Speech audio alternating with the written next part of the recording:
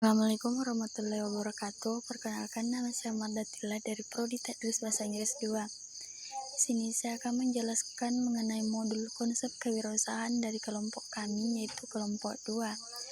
Pertama, pengertian wirausaha. Wirausaha berasal dari kata wira, yaitu utama, gagah berani, luhur. Sedangkan swasendiri atau sta, berdiri, atau usaha.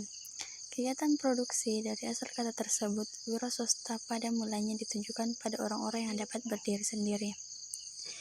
Di Indonesia sendiri, kata wiraswasta sering diartikan sebagai orang-orang yang tidak bekerja pada sektor pemerintahan, yaitu para pedagang, pengusaha, dan orang-orang yang bekerja di perusahaan swasta. Sedangkan wirausahawan adalah orang yang mempunyai usaha sendiri. Wirausahawan adalah orang yang berani membuka kegiatan produktif yang mandiri. Di sini kata kunci dari kewirausahaan adalah 1. Mengambil risiko, 2. Menjalankan usaha sendiri, 3. Memanfaatkan peluang-peluang, 4. Menciptakan usaha baru, 5. Pendekatan yang inovatif, 6. Mandiri. Mandiri di sini misalnya tidak bergantung pada bantuan pemerintah. Pengusaha, wirausaha dan penemu. Wirausaha berbeda dengan penemu atau inventor, yaitu orang yang menemukan sesuatu yang berguna bagi kehidupan manusia. Misal Thomas Alva Edison menemukan listrik, Einstein menemukan atom, dan lainnya. Mereka tidak dapat disebut wirausaha jika penemunya tersebut tidak ditransformasikan oleh mereka sendiri ke dalam dunia usaha. Wirausahawan adalah orang yang memanfaatkan penemuan tersebut ke dalam dunia usaha. Di sini wirausahawan dan manajer. Wirausahaan berbeda dengan manajer. Meskipun demikian, tugas dan perannya dapat saling melengkapi. Seorang wirausahawan yang membuka suatu perusahaan harus menggunakan keahlian manajerial atau managerial skill untuk mengimplementasikan visinya. Di lain pihak, seorang manajer harus menggunakan keahlian dari wirausahawan untuk mengelola perubahan dan inovasi. Wirausahawan lebih memiliki keahlian intuisi dalam mempertimbangkan suatu kemungkinan atau kelayakan dalam perasaan dalam mengajukan suatu kepada orang lain. Di lain pihak, manajer memiliki keahlian yang rasional dan oriental yang terperinci. Wirausahawan dilahirkan atau dicetak atau lingkungan. 5. Manfaat mempelajari wirausaha.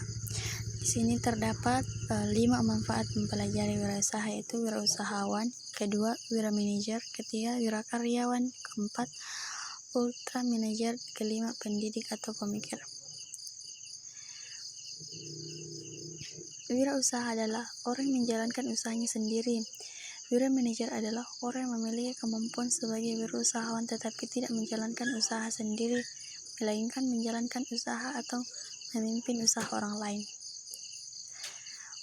Wirakaryawan adalah para karyawan yang memiliki kemampuan sebagai wirausahawan tetapi karena sebab-sebab tertentu mereka memilih untuk bekerja di suatu perusahaan atau organisasi. Ultra manager adalah orang yang memiliki kemampuan untuk membuka bidang usaha baru di berbagai tempat dengan pendekatan yang inovatif. Pendidik atau pemikir. Belajar kewirausahaan dapat pula dimanfaatkan untuk menjadi pendidik atau pemikir dalam kewirausahaan.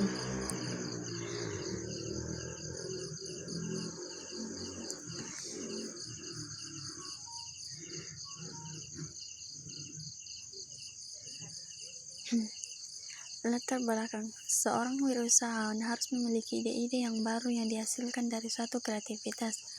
Kreativitas inilah yang akan membawa wirausahawan untuk berinovasi terhadap usahanya. Tujuan pelatihan. Di sini terdapat pengertian kreativitas. Kreativitas adalah inisiatif terhadap suatu produk atau proses yang bermanfaat, benar, tepat, dan bernilai terhadap suatu tugas yang lebih bersifat heuristik dan algoritmik.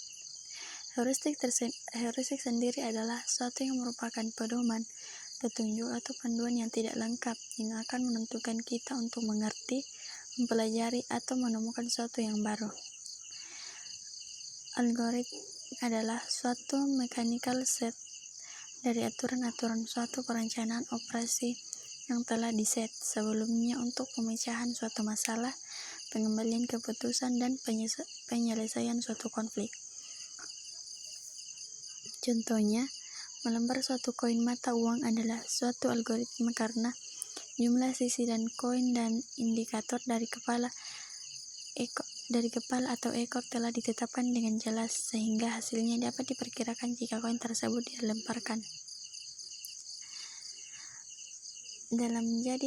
Untuk menjadi wirausahaan, seorang harus mampu memiliki kreativitas.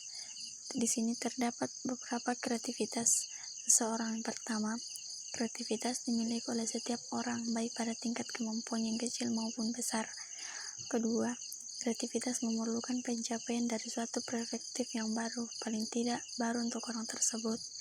Ketiga, perspektif yang baru itu dicapai dengan membawa bersama pengalaman yang tidak berhubungan sebelumnya. Keempat, kreativitas mendambakan sesuatu yang lebih berkualitas. Kelima, seorang harus mendekati lingkungan dengan cara yang holistik. Keenam, orang yang kreatif harus berfantasi, bermain, dan berpikir. Ketujuh, orang yang kreatif bersikap spontan, fleksibel, dan terbuka terhadap pengalaman. Kedelapan, spontanitas dari manusia adalah sumber dari kreativitas. Di sini pengertian inovasi. Inovasi adalah suatu yang berkenaan dengan barang, jasa, atau ide yang dirasakan baru oleh seseorang. Meskipun ide tersebut telah lama ada, tetapi ini dapat dikatakan suatu inovasi bagi orang yang baru melihat atau merasakannya. Prinsip-prinsip inovasi. Pertama, sesuatu yang harus dilakukan yaitu menganalisis peluang. Apa yang harus dilakukan untuk memuaskan peluang, sederhana dan terarah, dimulai dari yang kecil, kepemimpinan. Kedua, sesuatu yang tidak harus dilakukan yaitu mencoba untuk menjadi yang pandai, mencoba ingin mengerjakan sesuatu yang banyak, mencoba inovasi untuk masa yang akan datang. Ketiga, kondisi. Kondisi itu memerlukan ilmu pengetahuan, membangun keunggulannya sendiri. Inovasi adalah efek dari ekonomi dan masyarakat. Peluang inovasi yaitu 1. Penelitian dan pengembangan. Penelitian dan pengembangan inovasi dapat dihasilkan melalui suatu penelitian dan pengembangan riset dan development. Kedua, keberhasilan dan kegagalan. Keberhasilan atau kegagalan baik dari perusahaan sendiri maupun dari perusahaan lain dapat dijadikan sumber ide bagi suatu inovasi. Kebutuhan, keinginan, dan daya beli masyarakat. Inovasi dapat bersumber dari memperhatikan kebutuhan atau keinginan dan daya beli masyarakat. Misal, semua masyarakat mempunyai kebutuhan akan perumahan, namun keinginan dari individu masyarakat tersebut berbeda-beda sesuai dengan selera dan keadaan ekonomi mereka. Misalnya kebutuhan fisik, kebutuhan keamanan, kebutuhan sosial, kebutuhan penghargaan, dan kebutuhan akulasi diri. Persaingan adalah sumber inovasi yang sangat besar adilnya dalam peluncuran produk-produk baru. Demografi. Perubahan demografi dapat merupakan sumber inovasi yang menyesuaikan produk-produk yang ada atau membuat produk yang sama sekali baru. Perubahan selera. Konsumen dapat diasumsikan mudah tertarik dengan sesuatu yang baru atau berbeda dari apa yang biasa dilihatnya sehari-hari. Iptek baru. Munculnya ilmu pengetahuan dan teknologi baru untuk memudahkan memproduksi suatu barang atau jasa dapat merupakan sumber inovasi.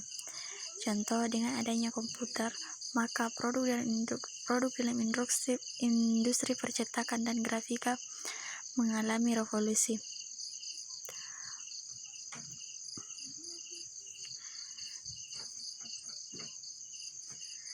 Oke, itulah yang dapat saya jelaskan dari modul konsep kewirausahaan dari kelompok kami. Kurang lebihnya mohon dimaafkan. Wabillahi taufiq wal hidayah. Wassalamualaikum warahmatullahi wabarakatuh.